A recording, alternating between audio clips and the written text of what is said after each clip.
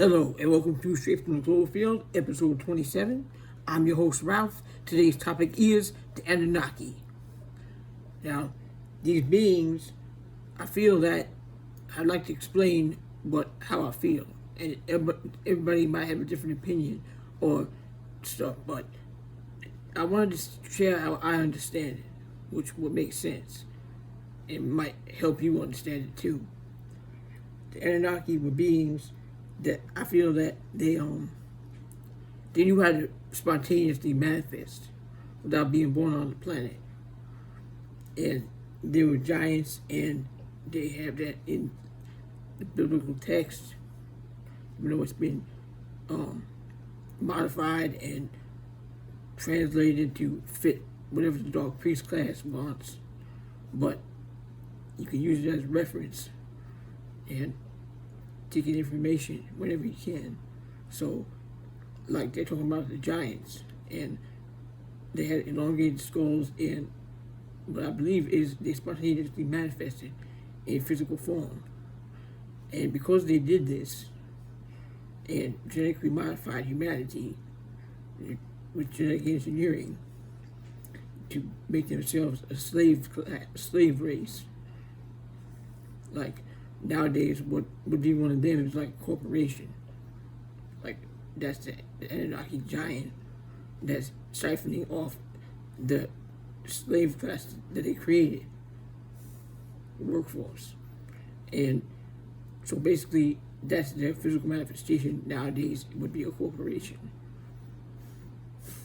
And bought and paid for, nonsense, all that. You know, they control it all. But the best way that you can escape all that is to not subscribe to labels. That's very important. To not subscribe to labels. They're always looking for a name for something. If you subscribe to that label, it eventually goes bad. So that's the Anunnaki influence. And they were beings that posed as God and scared people. And made them feel guilt and shame for having natural desires, and try to keep them in a low frequency of guilt and shame. What the whole point is that, that's the frequency they want to keep them in, so they don't evolve into a higher dimensional self, because they wanted to keep them in a slave state.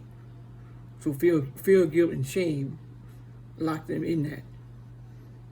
And they got the fear from having to make money, because they're told that they need money. And people have to deal with this fear, and it's wrong. Nobody should have to live like that. The Anunnaki slave system still persists.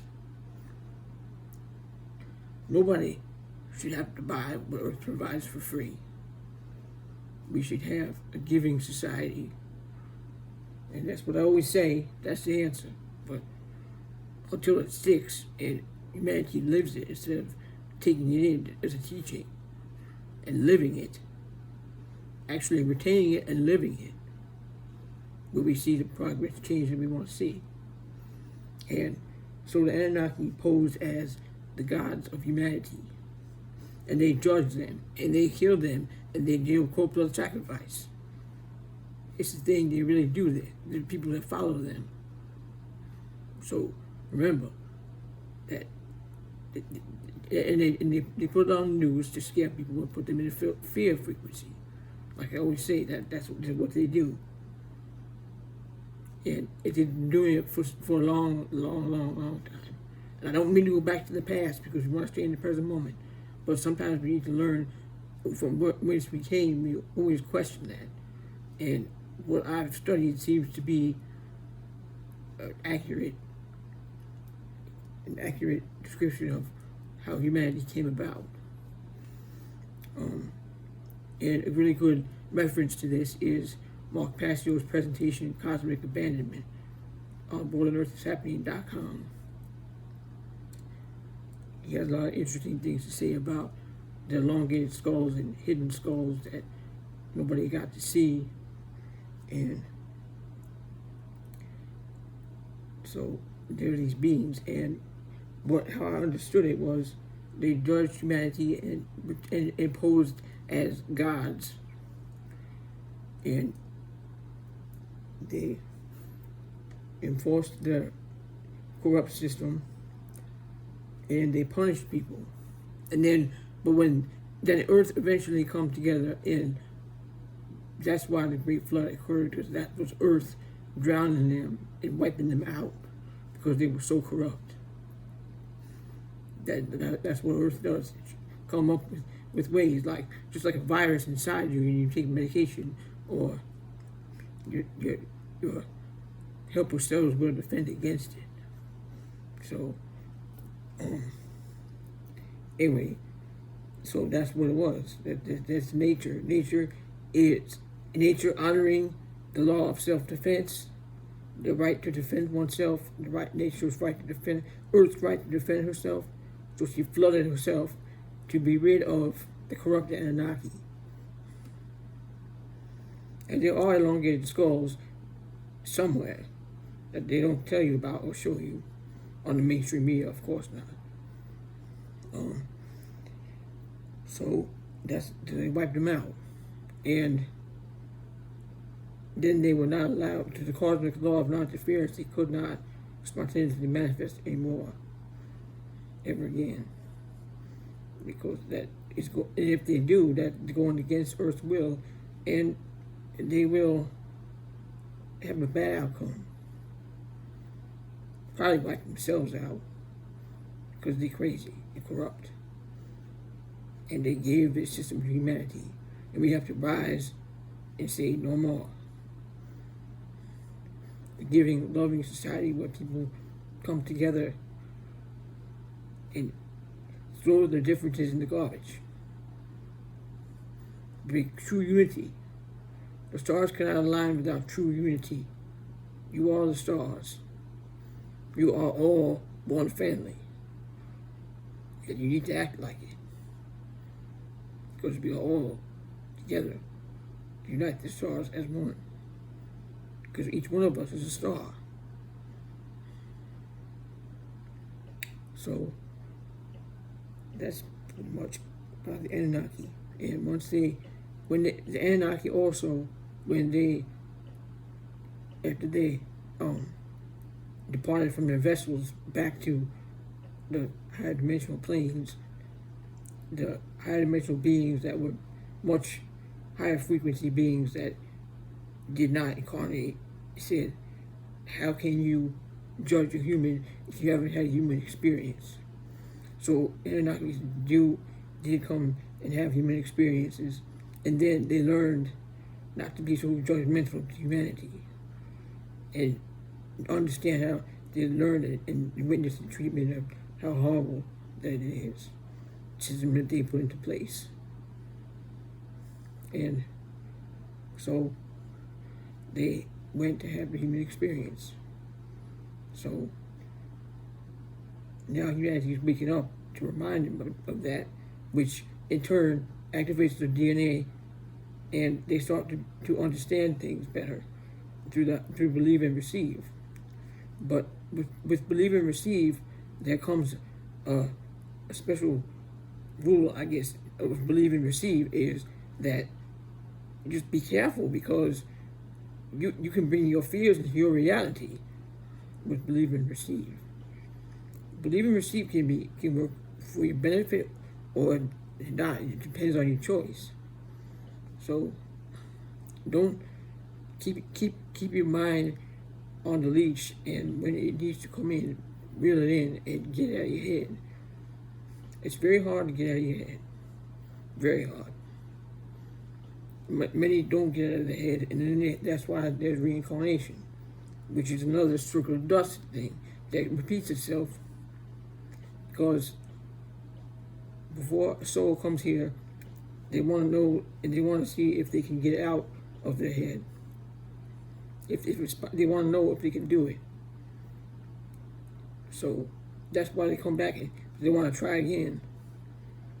Because if you never make it out of your head, then you cannot escape your own madness. And your mind will control you. So take hold of your soul. Soul essence is sacred and connects to everything. I know that humanity wants to do that, when they find about the Anunnaki, there's great anger because of these beings that tormented humanity and left these energy signatures that made it harder, because that trauma is in the DNA. So, yeah, the trauma is in the DNA from what they did, and the trauma is also in Earth's DNA from what humanity did to Earth, and we need to turn that into a loving environment for Earth. You know, I felt the same way, that humanity would be angry about how the Anunnaki took advantage and made them, and that's why they had so many genetic illnesses.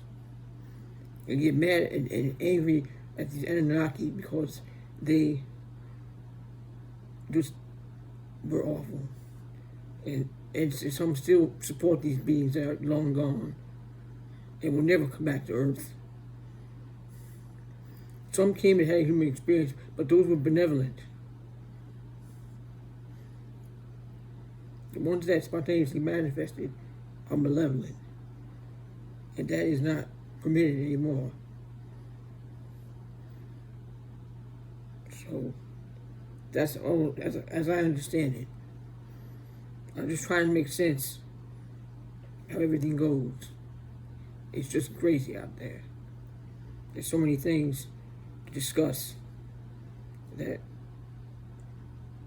yeah. And then when, like the Old Testament, the God that was punishing and ruthless to people was the Anunnaki playing God, and he punishes, they bring punishment and plague the masses with fear, guilt, and shame. And they just, it's terrible that they did that to scare people so hard. And it put it in generation after generation through the DNA records. So they terrified them. And that's what that was, until they decided they had to have a human experience for what they did. So when they wanted to have a human experience, they ended up having a really traumatized experience because of what they put humanity through. And then they understood, and they didn't judge humanity anymore, because they didn't have a right to judge when they had not been humanity, when they did not have that experience of being human. And when people realize that, and to get over the anger toward the Anunnaki, that maybe they're trying to help now, without spontaneously manifesting, because they're aware that it's wrong. So they're trying to help. They understand that they had the human experience, and nobody has the right to judge a human being if they have not had the human experience. And I remember being angry at humans for hurting the earth so much, but then I came around and decided to be a father figure, if you will, and I wanted to take care of them because I knew that they made me angry, but I knew that they were broken and they needed help and assistance. And that's what the whole show is about. Trying to help individuals understand and put the differences aside and not fight unjust wars and see each other as themselves, because whenever you hurt somebody or do something, that's an attack on yourself. There is no separation here.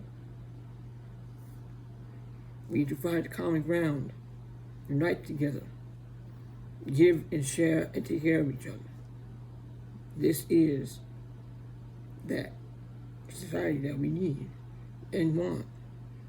And not just hearing about it, talking about it, but actually living it.